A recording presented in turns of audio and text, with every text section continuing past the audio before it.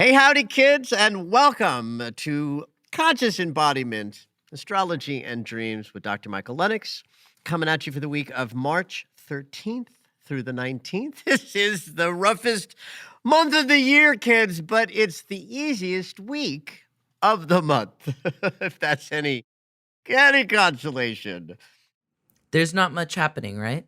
Yeah, there's actually not much happening in this particular week in a month where there's so much happening. It just so happens that the way the week is constructed, the big news of the week is really that Mars finishes up his retrograde cycle. That's a big deal, but it's more like reportage. Like, it's not a transit we're going to be bumping into this week. I'm just going to talk about it. So I'm mostly going to be talking about the past few months with regard to Mars. You know, there's Venus is changing signs, and that's yummy and good news. But now, next week, kids, next week is going to be a Rock'em Sock'em long podcast episode because that's the equinox and the new moon and some other stuff. And this one might be a little shorter because there's not as much to talk about, but there are certainly some things to say. So let's get started.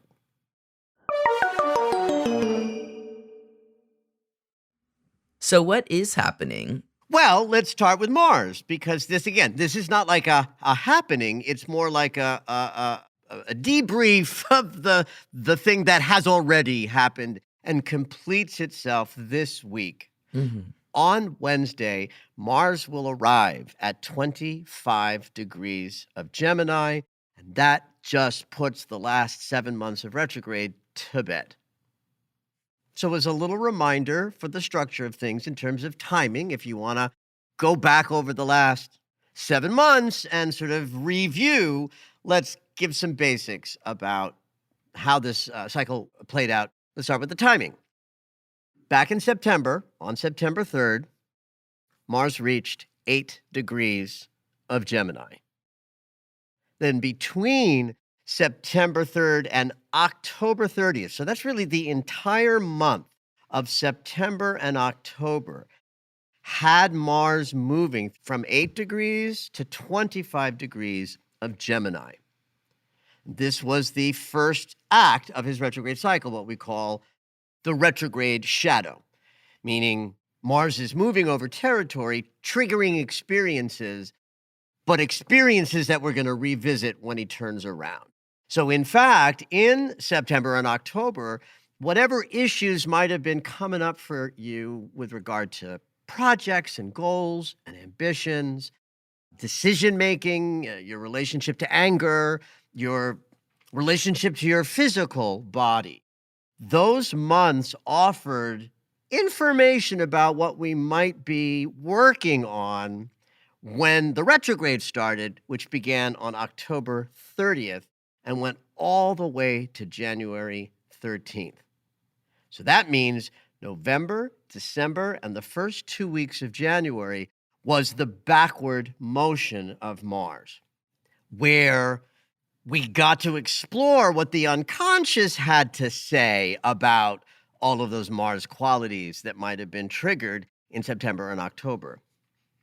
I've been sharing with people the sort of bait and switch that my experience was, because this is key. You want to look to the Gemini house in your natal chart for, clues as to what area of your life might have been the most activated. And in my chart, Gemini rules the 6th house, which is the house of the physical body. It's the house of daily routine. It's the house of being of service. But it is Virgo's house, and Virgo rules all the systems of the body. And I had this notion that my Mars retrograde experience was going to be about re-upping and deepening my fitness commitment, concomitant to how I'm working out my body these days, which is a far cry from the sort of CrossFit decade that I went through, where I was just throwing a barbell around because that's what felt good. And a few years ago, my body just said to me, all right, Michael, we're a little older. We want yoga. We want gentler. You can put away the barbell. And I, not only did I think this was going to be what I was going to focus on, I talked about it in my Mars retrograde webinar. I planned it out. I traded with a lovely fitness friend of mine who created some gentler, deeper, more sort of Pilates-like workouts so that I could do this. And then I hit the retrograde, and instead it was a journey of chronic fatigue, re-upping, because that's something that my body expresses, the need to back off from physical exercise almost entirely. And then just as I thought Yeah. my energy was coming back for some exercise at the weekend my Saturn return wrapped up, I fell down my stairs and got whiplash in my shoulder and a burn on my right arm. And it was like, no, now you're not working out at all for about 5 weeks. So this is why it's not a bad idea to go back and check what was up for you in September and October with regard to all of those Mars consciousnesses the goals, ambitions, projects, body, anger. And then re-examine your November, December, and early January, because that's when we were visiting the below, the unconscious. My story is actually a perfect example to sort of show how this works. My conscious awareness thought what was going to happen was one thing, but my unconscious said, well, there's more going on below the surface with your body's expression, and that's what needs your attention. So be in consideration of that, guys, as you look back to your September and October and then compare it to your November, December, and the early January with regard to what the process might have brought you through. And then once Mars turned around on January 13th, he spent 2 months in what we call the direct shadow. He's now moving direct, but he's shadowing again the territory he's now gone over now for the third and final time.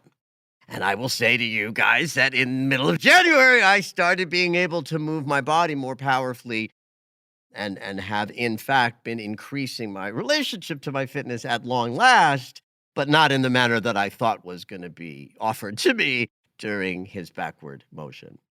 So, as of this Wednesday, we're done with a 7-month kind of life and embodiment changing cycle. So, while this isn't a transit that we have to grapple with this week, I really invite you guys to do some consideration about what has shifted for you over the last few months with regard to how you embody your life, how you make decisions, and how you relate to the goals and ambitions that you have.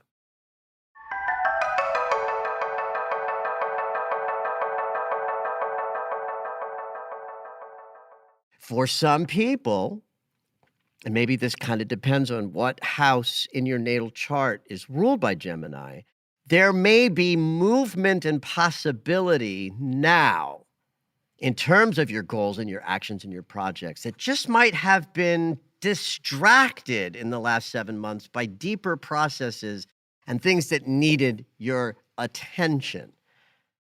This is a standard way we move through life. We have conscious awareness of the things we want to Hmm. do, and then the body shows up and the unconscious contributes, and then we know what's really going down, and we have to acclimate to what our unconscious throws our way. And so, what a wonderful week to take a little time and contemplate, to glance back. Just also a recap of what was possible because of the transits that Mars was making 3 times over these 7 months was a healing. Mars was sextiling Chiron. So that means that Mars and the healer were working really effectively together. And the teacher, Mars was trining Saturn. So right there, a positive relationship with Chiron and Saturn as Mars did this whole 7-month process meant that we were being guided by our higher wisdom and our need and desire to heal wounds.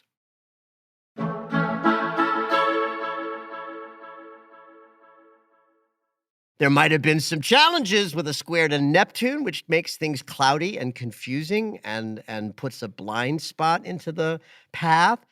Seska square with Pluto made sure that if there was any shadow material like I had coming up, it would be there. And the most important piece is that Mars was in conjuncting the south node of the moon 3 times during this process. So that's a release mechanism. The south node holds our past and all of our past habits, patterns, and the shit we got to let go of. And Mars in the great eliminator angle with the south node meant that the retrograde process itself was going to bring us into new territory by letting go of the past. And if you guys are paying attention and remember things over the months that you listen to this podcast, you might remember that in 2022, including at the end of 2022 when the Mars retrograde started, Chiron himself held the inconjunct with the South Node for most of last year, which means we were being primed to release deep wounds of the past even before the Mars retrograde cycle lit up in September. And so now you've got all the information you could possibly need to do a little bit of a debrief and a backwards glance of what were you able to let go of that were habitual behaviors because you allowed the healing to take place, you dug deep, and things are different now, and we're all going to get to move forward with a little more freedom as a result.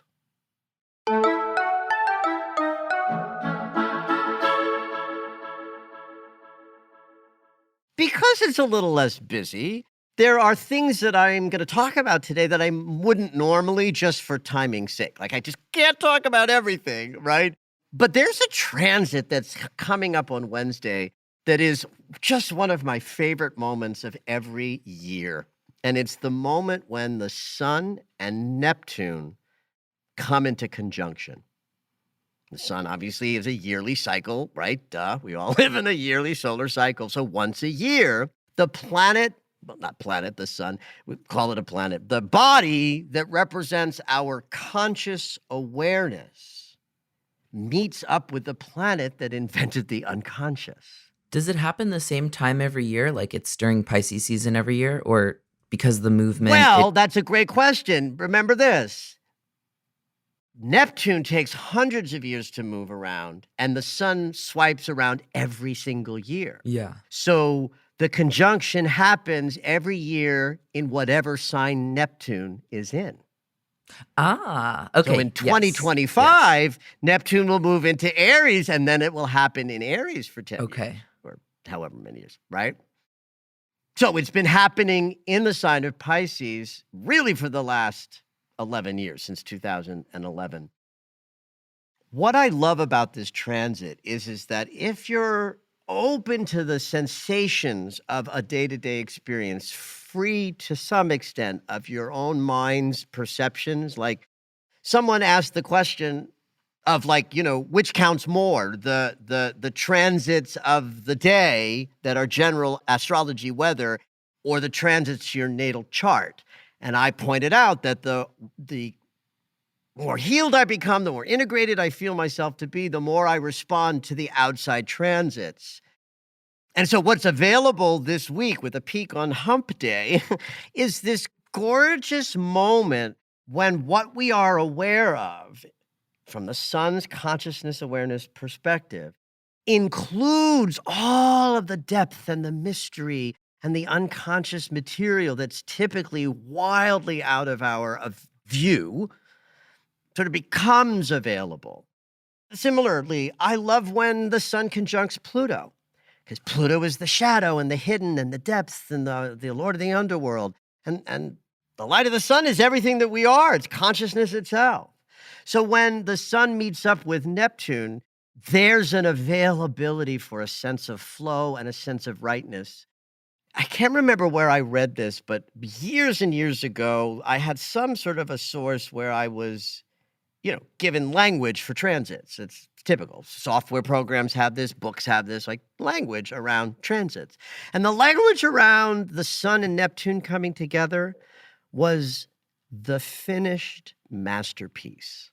And I just love that idea that we're always working on ourselves. We're always creating, right?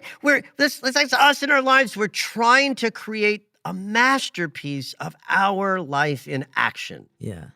What gives us meaning, what propels us, and then what we offer into the world. That's the artistry that we're creating. Mhm. And there's just something about a moment when the conscious awareness of the sun and the depth of our inspiration that comes through the unconscious, the planet Neptune, come together and we get to see and understand more of our own depth because the light of the sun is on Neptune.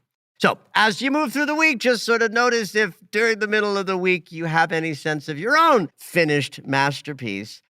And since, it's Pisces, look to the Pisces house in your chart because that's the house in which the consciousness that I'm talking about will be available. So if you do that little distinction, then this general transit that everybody on the planet is feeling, you will feel at least 1/12 more personal to you Mhm. because you're recognizing what area of your consciousness is receiving this blessing of the finished masterpiece.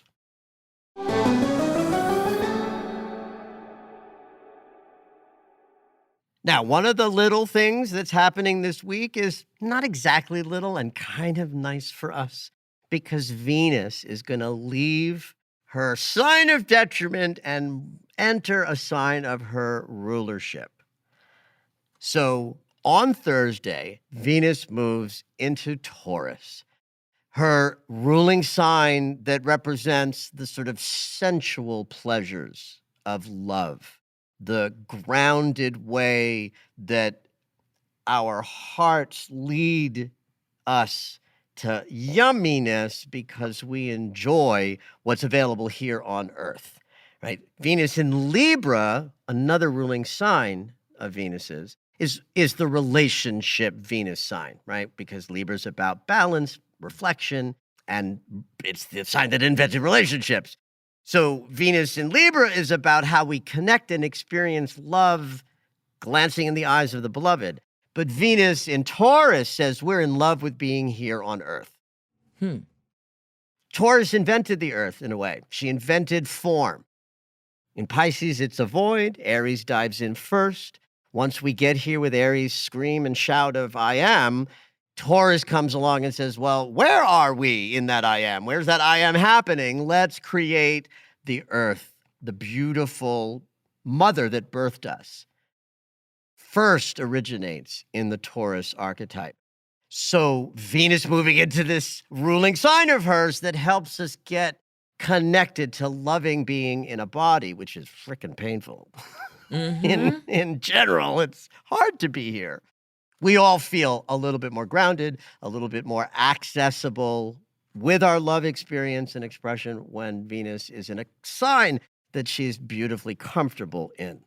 Venus in Aries is a little too much on fire, and it can send our emotional bodies into some dysregulation.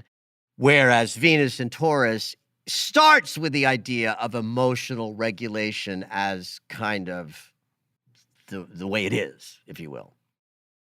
Part of what Venus will do while she's in this sign for the next 3.5 weeks is she'll sextile Saturn and square Pluto this week. So as we move into a new love experience, there might be some lessons that come up when we bump into the shadow, Venus square Pluto, of what our love desires are showing us right now. Venus square Pluto's tough because it does sort of bring up the material that's in the below where power struggles are part of relationship challenges. And then the sextile to Saturn will make it a lesson that we actually can, work with well. Next week, she'll conjunct the North Node and Uranus later in the month. So part of what Venus and Taurus will do is move us forward in some sudden and unexpected ways. At any rate, just for shits and giggles, the Mm. the emotional body now being ruled by one of her ruling signs and the one that brings the most sensual pleasure to us is going to make a big difference in our emotional experience because we will all be more grounded and stable as a result.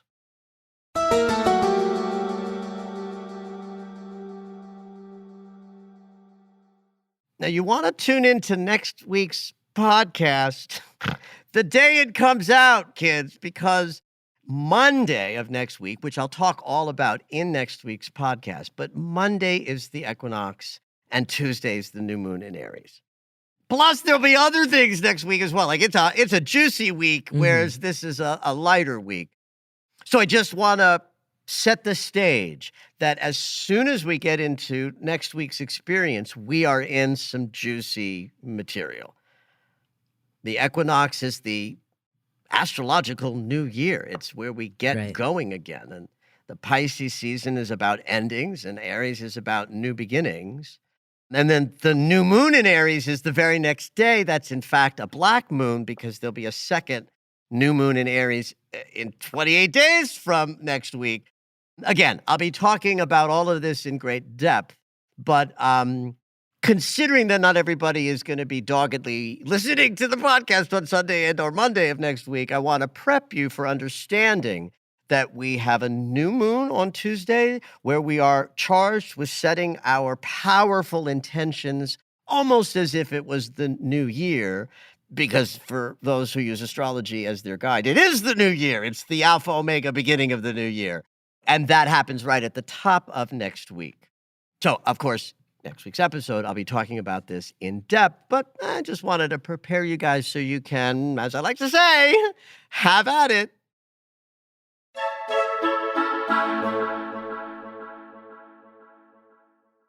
Michael, we actually had a dream question this week, and that's something that people will ask me too when they hear that I do this. Oh, okay. What? And I'm like, I am not the dream interpreter, I'm the producer. But this question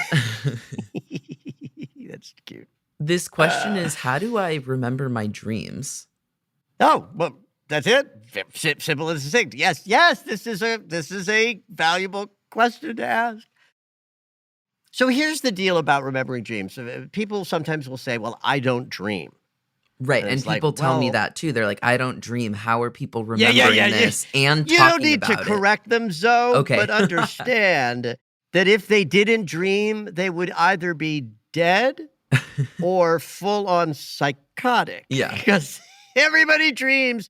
It's in fact the period in our life experience where we're cleaning out metabolic waste in the brain. Right. So that's what I mean by you'd be dead or psychotic.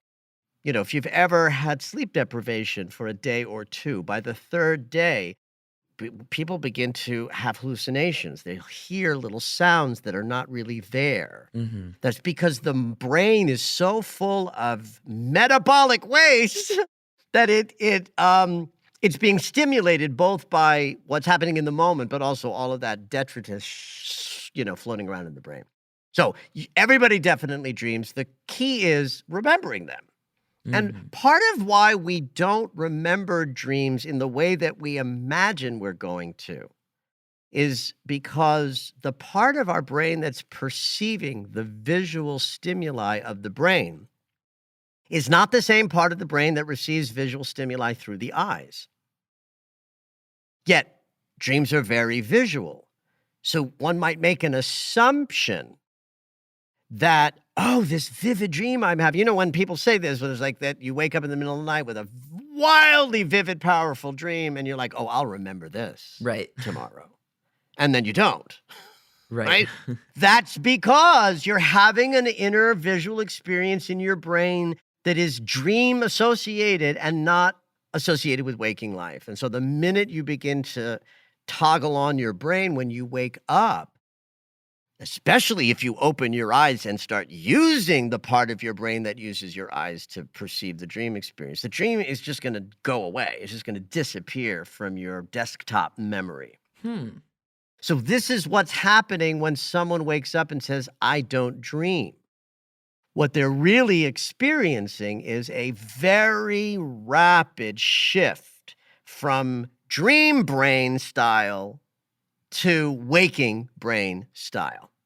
And so their experience would be, oh, well, I didn't dream, because the mind lights up and it's like captivating and the unconscious memory go away.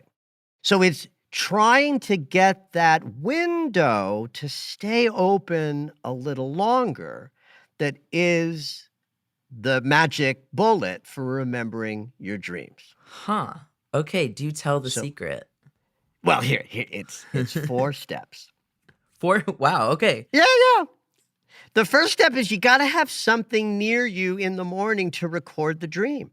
So your dream journal or a digital recorder or even your phone, if that's how you listen, I don't think anybody should be recording their dreams on the phone or digitally. I think you should be writing them down because it's a visceral experience to write and a disconnected experience to type. Mhm. And, this is going away because I'm almost 60 fucking years old and, it's back when I was sort of becoming the dream enthusiast, writing your dreams down was all there was, right? So, that's just my little shout out for, if you think you can do it in writing and get a dream journal and a pen, put that by your desk. If you're not willing to do that or you're under 35, it's probably gonna be a digital recorder or your phone. But that's the first step is you've gotta be ready, right? You can't be like, "Oh, I'll get up and go to my desk and write it down," because then it's already gone. So Mhm. first step, writing or recording, implement right by your bedside. Second important thing is to set an intention. Intentions are powerful. Making your bedtime a little more sacred, meaning no screen time, make a big demarcation between your daily life and that ritual of preparing. You're washing your face, you're brushing your teeth, you're putting on pajamas or taking off clothes or whatever. That act can become like a sacred ritual. And within that behavior, you add the intention. I will remember my dreams. I will remember my dreams. I will remember my dreams. The third step, I said 4, didn't I? But I You meant said 3. 4. Okay, it's 3. I did. I lied. It's 3. But this third one is the most important one. You gotta go to the dream journal even if you don't remember a dream. You Hmm. might have to write, I don't remember anything from last night, if that's what's true.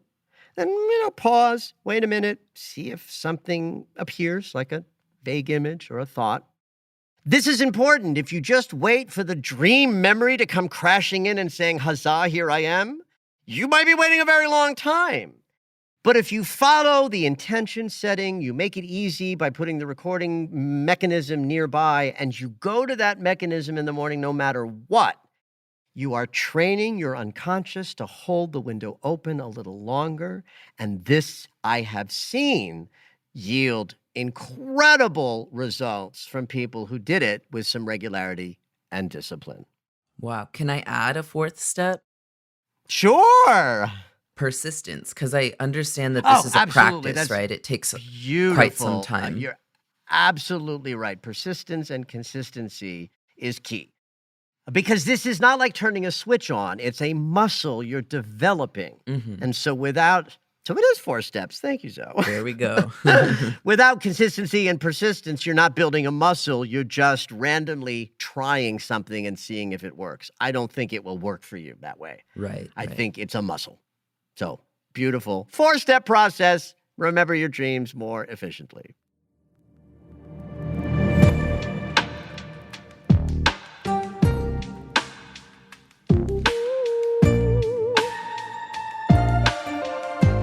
All right, it's dream segment time. Every week, Dr. Michael will interpret dreams that are sent in via email or take a live caller. If you would like your dream interpreted on the podcast, you can go ahead and email us at dreams@michaellennox.com. Hopefully your dream will make it onto the show.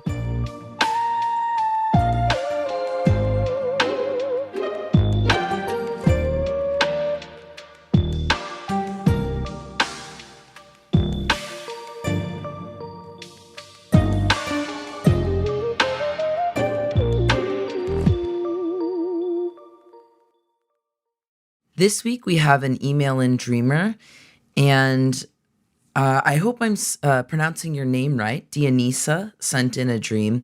She said she's an avid listener, and she needs help with clarity around a dream she had the night before being fired from her job of 18 years. Okay. Ooh. Oh, Yeah. ouch. It's a little bit of a journey, so stay with me. Okay. I'm making myself ready for a longer journey-ish kind of dream. Great.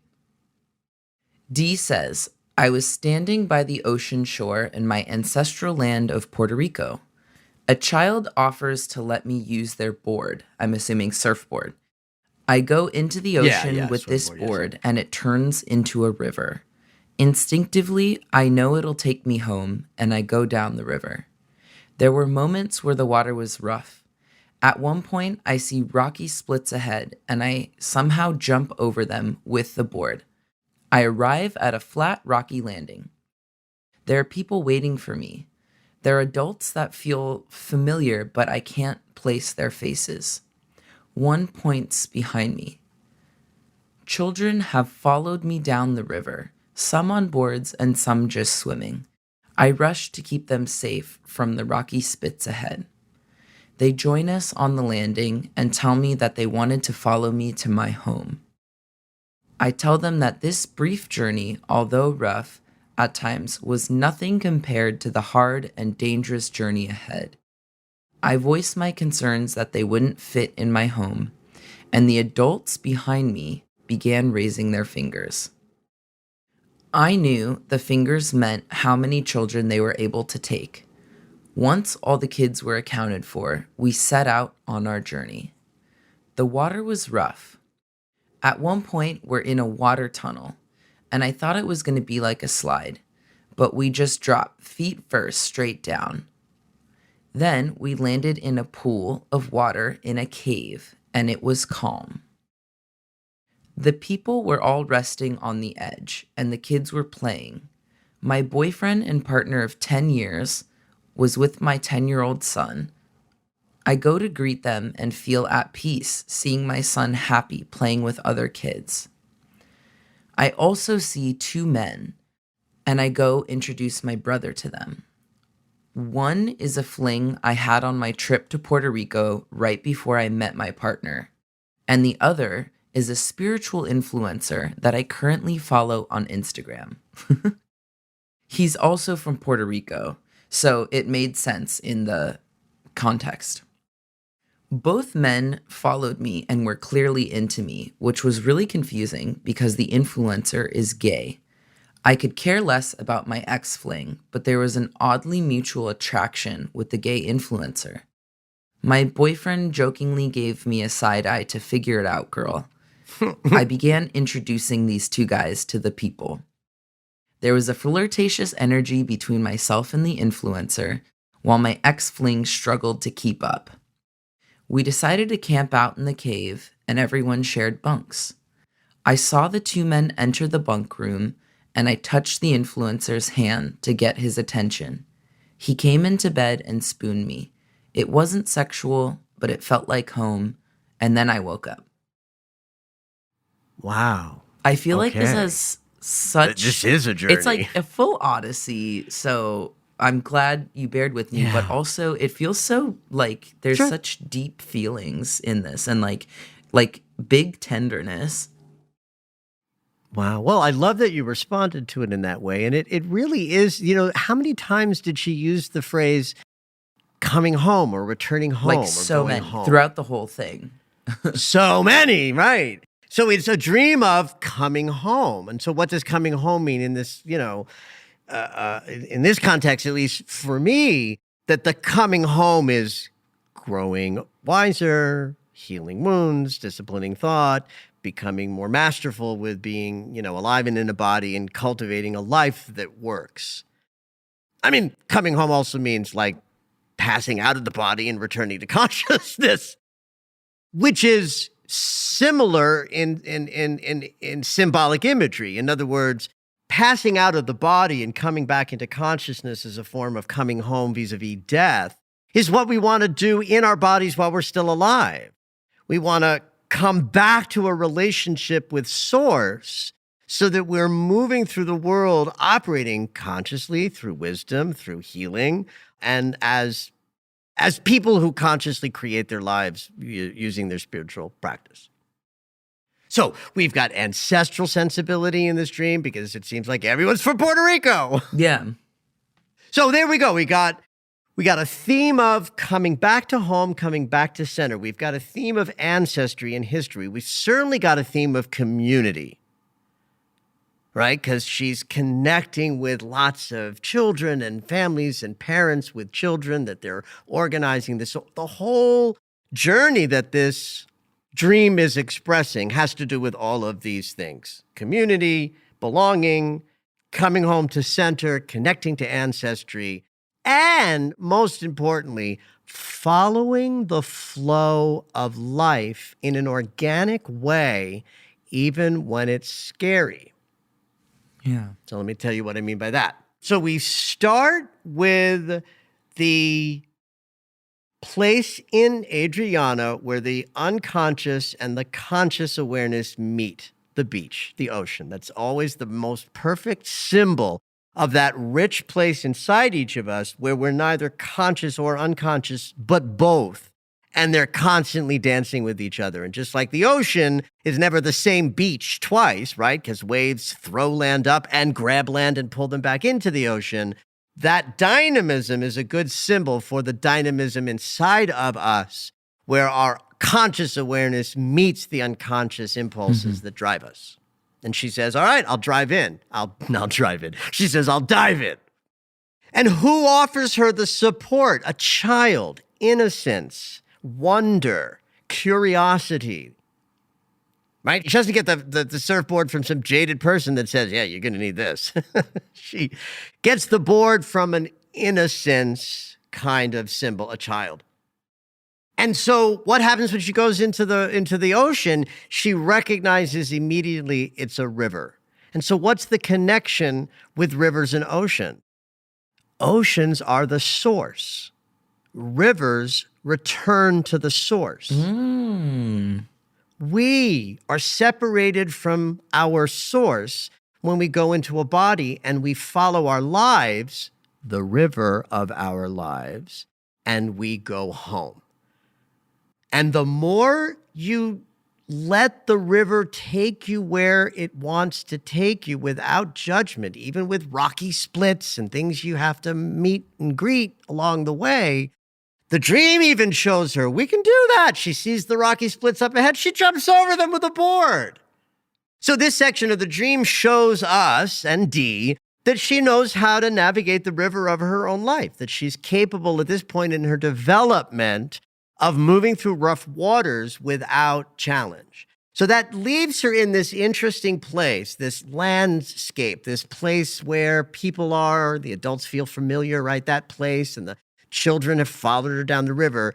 There's this place that she lands. I'll call that her current consciousness. She's there to say rougher times are coming. Like, that's something I'm saying all the time in astrology is like, get your spiritual practice in order, kids, because rougher times are coming. And I think this is sort of a moment in the dream where that place that she's hanging out in the dream is preparatory for her understanding that rougher times are coming and she needs to have all of her sort of inner ducks in a row.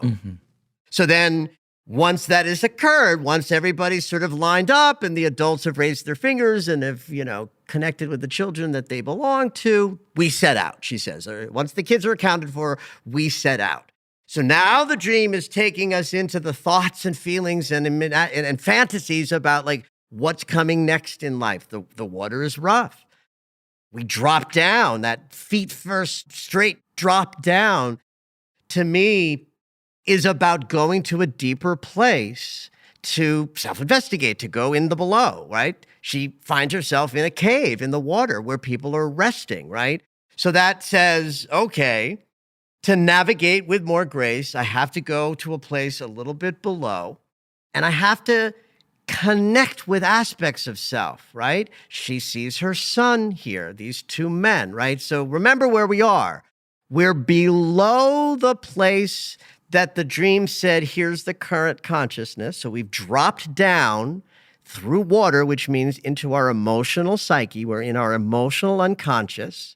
And she connects with two notions of integration, two men who actually have some ability to show up as partner type men, even though one was a literal ex. And she can't conceive of the gay influencer as a literal bed partner in life. The dream is telling us, or me, the interpreter, that both of these men need to be considered similarly. That an integration of Dreamer D, considering how she's going to line up with her own inner masculine. So that's why it doesn't matter that he's gay, because it's like it's a symbol of her inner masculine. Correct. It's a symbol of tenderness, which can come from anyone non-sexually. Right. Got it. That's correct. And we've got one version that says this is where I was at with that level of integration 10 years ago. And this ain't right. He can't keep up, because that integration is old.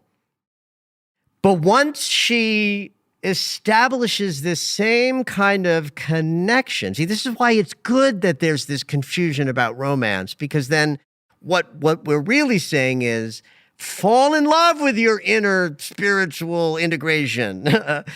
Take in your masculine principle, but make sure that it's operating through spiritual principle. Not like you were 10 years ago in your development. And so, in fact, the dream wraps up and completes itself by saying, integration complete. Gay influencer climbs into bed, spoons her in a beautiful symbol of, I got your back. I will protect you. I'm right here. And so I think this dream is showing a readiness for Dee to meet the world on world's terms now, as it's about to get a little bit bumpier, while also considering how far she's come and recognizing that without spiritual principles integrated into the actions she takes, because masculine principle leads to behaviors and actions, that she's not gonna be as graceful as she needs to be. She needs that inner spiritual masculine to spoon her, have her back, and protect her as she seeks to meet the crazy river of life that is to come. I feel like this dream is like, you know what? You're getting fired and you'll be okay. That's absolutely right. I completely forgot about that piece. It was the night before she got fired from an 18-long-year job. That's right. So her little psyche said, this is a whitewater moment. Grab your board and remember that spiritual principles have your back. Thank you for listening to Conscious Embodiment, Astrology and Dreams with Dr. Michael Lennox. You can find us on Apple Music, the iHeartRadio app, and anywhere you find your favorite shows. Head on over to michaellennox.com for information on astrology readings, the Daily Astro Alert subscription, upcoming classes, and to join the mailing list.